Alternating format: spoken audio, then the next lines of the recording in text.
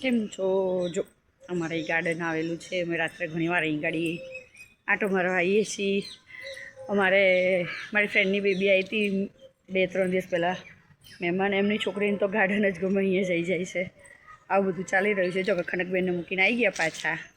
10 મિનિટનો રસ્તો છે મારા ઘરથી, ખાલી ખનકને મૂકવા જવાનો. મૂકી આવી, મજા આવી ગઈ ચાલવાની. રોજ દોડા ભાગી હોય છે, રોજ સાધન લઈને આવું છું મૂકવા એનું. અને આજે ચાલતા પણ બહુ મજા આવી ગઈ. પણ મારે સીવવાનું કામ એટલું બધું હોય છે ને કે ચાલવાનું થાય કે 10 મિનિટ અહીં બગડી જાય એવું થાય છે.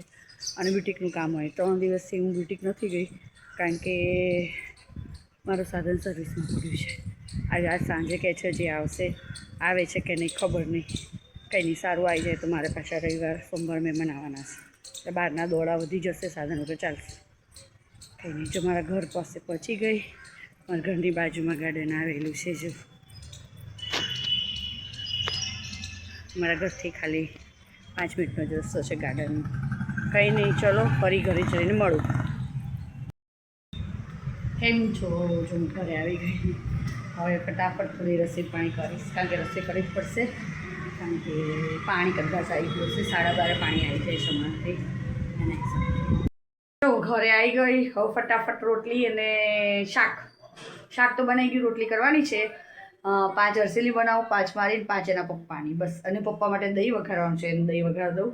અમારે તો સરગવાનું શાક છે એટલે ચાલી જશે. આવું બધું ચાલે છે. જો 12:30 થઈ ચૂક્યા છે ઘડિયાળમાં.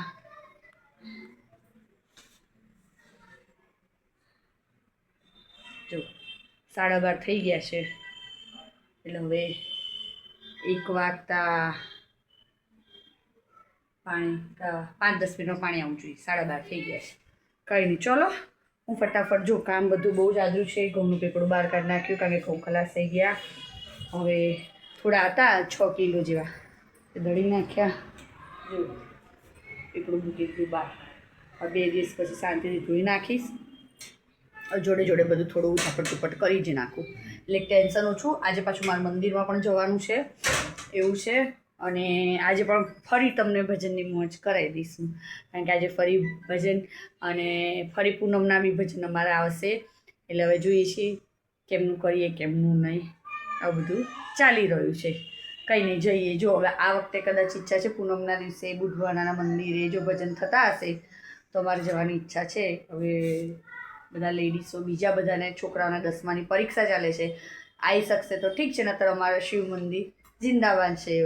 ઓમકારેશ્વર મહાદેવમાં શિવમના જિંદાબાદ છે, કારણ કે ત્યાં આપણે દર વર્ષે ભજન કરીએ છીએ. ત્યાં બી ભજન કરવા જરૂરી છે પૂનમના દિવસે, કારણ કે મોટામાં મોટી પૂનમ છે. આવું બધું છે. કંઈ નહીં, ચલો હું ફટાફટ રોટલી બનાવી દઉં. ક્યાં ત્યાં સુધી પાણી આવી જશે.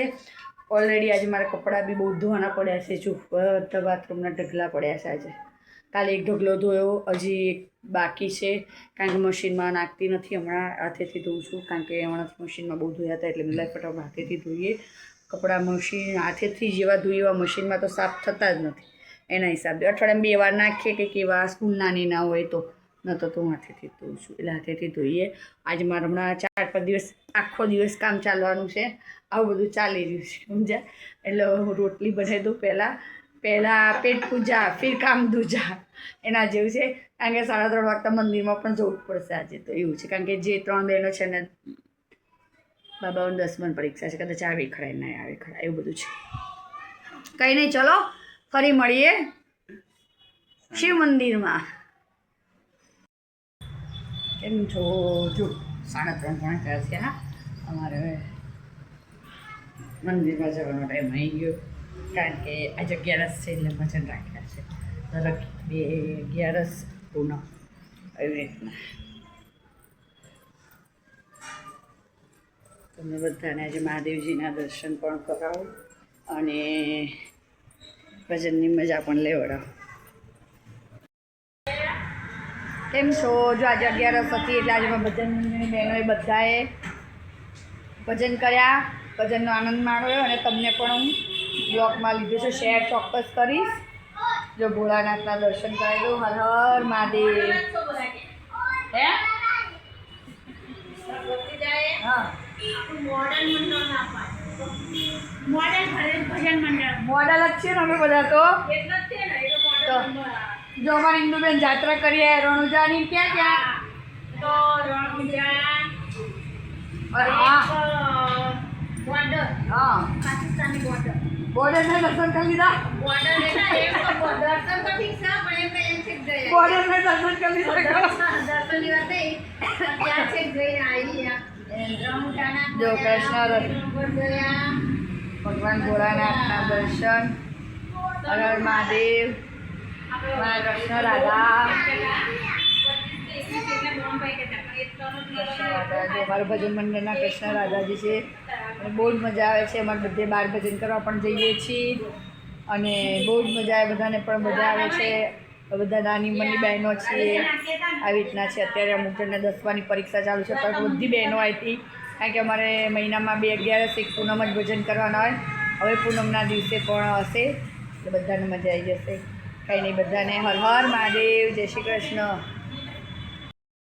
કેમ છો જો ભજનમાંથી આવી ગઈ ચા બનાવી છે ચલો બધાને પીવી હોય તો આવી જજો ચા પીવા 6:15 થઈ ગયા આજે મારા ભજનમાં બહુ જ મજા આવી આજે 11 હતી અમે બધાએ મસ્ત ભજન કર્યા પણ એક બેન આવ્યા એમને પણ બહુ મજા આવી એમને પણ છેલ્લે 2 ભજન ગાયા એ યુપીના હતા એમની જાતે એટલે એમને ગાયા એમને પણ બહુ મોજ પડી ગઈ અમારી જોડે તો કે છેલ્લે અમારે બધું 11નું બી ભજન ગવાઈ ગયું બધું પ્રસાદ પણ વેચવાડે કે મારે પણ 2 ભજન ગાવા છે તો આપણે ભગવાનના કામમાં થોડી ના પડે ગાઓ તમે ગાઓ અમને પણ મજા આવે અમે તો કાયમ ગઈ બધાને મજા આવે છે પણ તમે ગાઓ તો અમને પણ ક્યારેક મજા આવે એટલે એમને પણ ગાય બહુ જ મજા આવી એ હું તમારી જોડે ચોક્કસ મેં વિડીયો લીધેલો છે તમારી જોડે ચોક્કસ શેર કરીશ આજે મારા મહાદેવના દર્શન પણ થઈ ગયા બધું આ કુદરતી આજે મેં તમને કાલ કીધું કે આપણે દર્શન કરશું અને આજે વળી કુદરતી ભગવાનના દર્શન થઈ ગયા કંઈ નહીં બધાને હર હર મહાદેવ અને જો સાંજની શરૂઆત થઈ ગઈ 6:15 થઈ ગયા હવે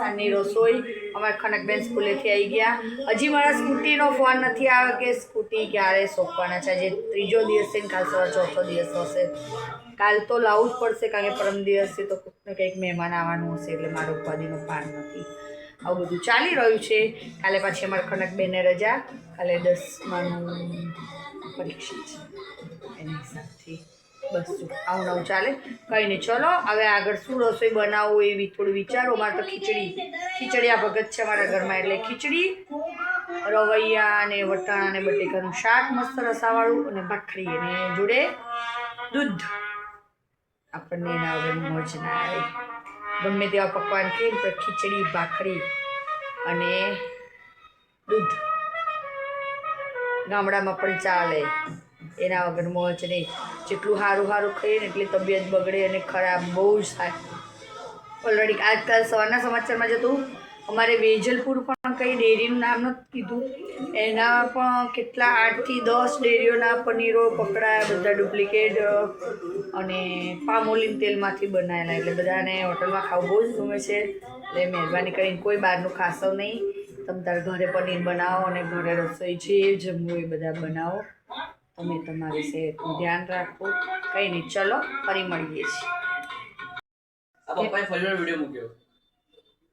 કેમ છો મજામાં ને જો જમી લીધું અમે બધાએ જમી લીધું ખીચડી ભાખરી અને શાક દૂધ આટલી વસ્તુ બનાવી દીધી અત્યારે જો મેં ઘરની સફાઈ ચાલુ કરી છે એ રાખી મેં તમને કીધું હતું ને આ કબાટ હવે રસોડામાં લઈ જવો છે અને રસોડાનો કબાટ બહાર લઈ દીધો છે કંઈક અદલ બદલ કરતી રહું છું આવું મારું કામ છે કંઈકનું 13:30 અહીંનું અહીં કરું જો આજે બ્લાઉઝ સીવાનો હતો પણ મેળ ના ખાધો હવે આજે કામ કાઢ્યું છે તો એ ભેગું કામ કરી જ નાખું એટલે શું શાંતિ હજી તો 11 વાગ્યા છે અમે રોજ 12 વાગ્યા સુધી જાગતા હોઈએ છીએ અમે લોકો એના હિસાબથી એટલે પતાવી જ દઉં કામ એટલે પતી વાત આજે એટલે કાલે શું ઘસીને ઝાપટ ચૂપટ કચરા પોતા એ બધું સાફ થઈ ગયું આ બધું સાફ થઈ ગયું માતાજીનો ખૂણો સાફ કરવાનો રહ્યો છે એ સવાર વહેલા કરી દઈશ અહીં બધી બા પાડવાના છે પાડીને ચપટીને કચરા મસ્ત વાળી દઉં અત્યારે અને રસોડાને સવાર વહેલું કરી નાખીશ એટલે શું કાલ બપોર સુધી મારે પતી જાય તો પછી કપડાને બધું બહુ છે કાલે એવું થશે કે મશીનમાં કપડાં નાખવા પડશે એવી ઈચ્છા છે કારણ કે હાથેથી એવી કપડાં ધોવાના એટલા બધા છે અત્યારે રાત્રે ધોવાયા જ નથી અને મશીનમાં નાખવા પડશે. 2-3 ડોલ ભરીને કપડાં ત્યાં છે એકલા હાથે. અને આજે એમાં 11 હતી, એકાદશી, એટલે ભજનમાં પણ મારે હાજરી આપવી પડી. એટલે હું 3:30 વાગ્યાની ભજનમાં ગઈ હતી, તો છેક 5:30 વાગતા આવીશું. આવીને ચા પાણી નાસ્તો કર્યું ને રસોઈનું કર્યું ને આ છે તે છે, અને મારે સીવવાનું એકલા હાથે હોય છે. એટલે આખો દિવસ મારે કંઈકનું કામ વધતું ને વધતું એને એકલા હાથે જ આવા બધા કામ કરવાના, સીવવાના. આખો દિવસ કપડાં સંકેલવાના હોય, સીવવાના. આપણે બ્લાઉઝ સીવું એટલે સાડીઓ બી નીકળે, એની ફોલછેડા કરવાની. એટલે ઘડી ઘડી સંકેલતી નથી, હું મૂકી રાખું એક બાજુ પલંગમાં ઢગલો કરીને. એટલે શું, સાડીઓ તો પહેલાં હું કરી જ નાખું. એના બ્લાઉઝ બધા સીવીએ, ખાલી એક બ્લાઉઝ બાકી છે. ખાલી એક બ્લાઉઝ બતાવીને એમની સાડીઓ કરી નાખું. એટલે શું, સાડી બ્લાઉઝ એની જગ્યાએ જતા રહે. પણ મારે એવું છે, જો મેં તમને બ્લોગમાં ઘણી વાર હું જણાવું છું કે એકલી છું, હરવા ફરવા બધે. એમ કે હરવા ફરવા તો શું જવાનું મારે, પણ એમ કે જો 11 હતી તો હું ભજન મંડળમાં મેઇન માણસ છું, એટલે મારે જવું પડે, આવવું પડે. પછી મારા ખનકની સ્કૂલ છે, મારા સાધન 4 દિવસથી સર્વિસમાં છે. કાલ સવાર 4થો દિવસ થઈ જશે. હવે એ હજી આવ્યું નથી, એટલે પછી ચાલીને મૂકવા જવું. હર્ષિલ તો સાંજના લઈ આવ્યો હતો, કારણ કે આજે મારે ભજનમાં જવાનું હતું એટલે. અને 2 દિવસથી શાકભાજી લેવા બી નથી ગઈ, સાધનના હિસાબે હતું, એમાં બધું એડજસ્ટ કરું છું. હવે કાલનો દિવસ છે, કાલે તો જવું જ પડશે. મારા મિસ્ટરને હમણાં એટલે કેવું પડશે, ભાઈ સાધનવાળાને ફોન કરજો, પરમ દિવસે રવિવાર છે. પછી એ મૂકી રાખીએ અને પછી હું હેરાન થયું એવું ના થાય, આખું અઠવાડિયું જતું રહ્યું સાધનમાં. કારણ કે કાલ તો મારે સાધનની જરૂર પડશે જ એવું છે. જો આવું નવું ચાલી રહ્યું છે. હવે ફટાફટ કામ પતાવી દઉં, કારણ કે કામનો તો મારે પાર નથી કરવા, એક પછી એક ચાલુ હોય. આજે દહીંનું કરી નાખ્યું, પીપળું ખાલી કરીને બહાર મૂકી દીધું છે. અને હવે જે થાય સાચું, બધું એક પછી એક ચાલુ રહે. મારે બહાર જવાનું તો કામ પડ્યું રહેજો, ભજનમાં ગઈ તો બધું એમને પડ્યું રહેતું. એટલે આ તકલીફ રહી છે થોડી ઘણી. કંઈ નહીં, બધું ધીમે ધીમે થશે, સમજ્યા? કારણ કે હું જેવું છે એવી જ બધી રિયલ મારા ઘરની સ્ટોરી તમને બધી કહું છું. કે બધાને જેમ દેખાવાની કરતી કે હું તો આમ રાખું છું, આમ કરું છું, તેમ મારાથી થાય એટલું જ કરું છું.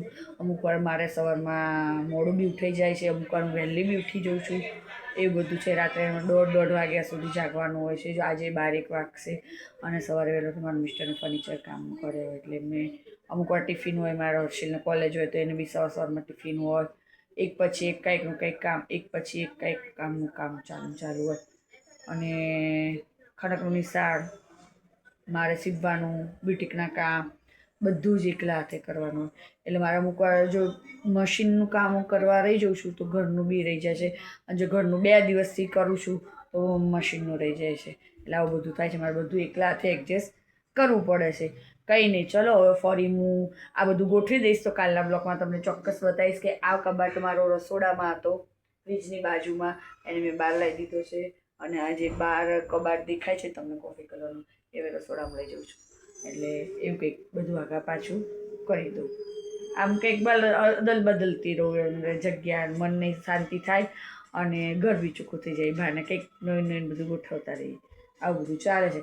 કંઈ નહીં, બધાને જય શ્રી કૃષ્ણ, જય દ્વારકાધીશ, હર હર મહાદેવ, બાપા સીતારામ, ગુરુદેવ દત્ત. અને મારા બ્લોગને લાઈક કરજો, શેર કરજો ને સબસ્ક્રાઈબ કરજો. બેલ આઇકન દબાવવાનું ભૂલતા નહીં, કે અવારનવાર મારા વિડીયો તમને મળતા રહે. જો અમારી રોજની કહાની આ છે. આજે તો ભજનમાં મોજ પડી ગઈ. તમારી જોડે ચોક્કસ હું વિડીયો શેર કરીશ. મેં વિડીયો લીધો છે એ કાલ સવારે તમને બ્લોગમાં જોવા મળી જશે. એકાદશીનો ભજનમાં ગયા, બહુ મોજ માણી, બધા જ વિડીયો. કંઈ નહીં, બધાને જય શ્રી કૃષ્ણ. અને સવારે નવા બ્લોગ સાથે ફરી મળીએ.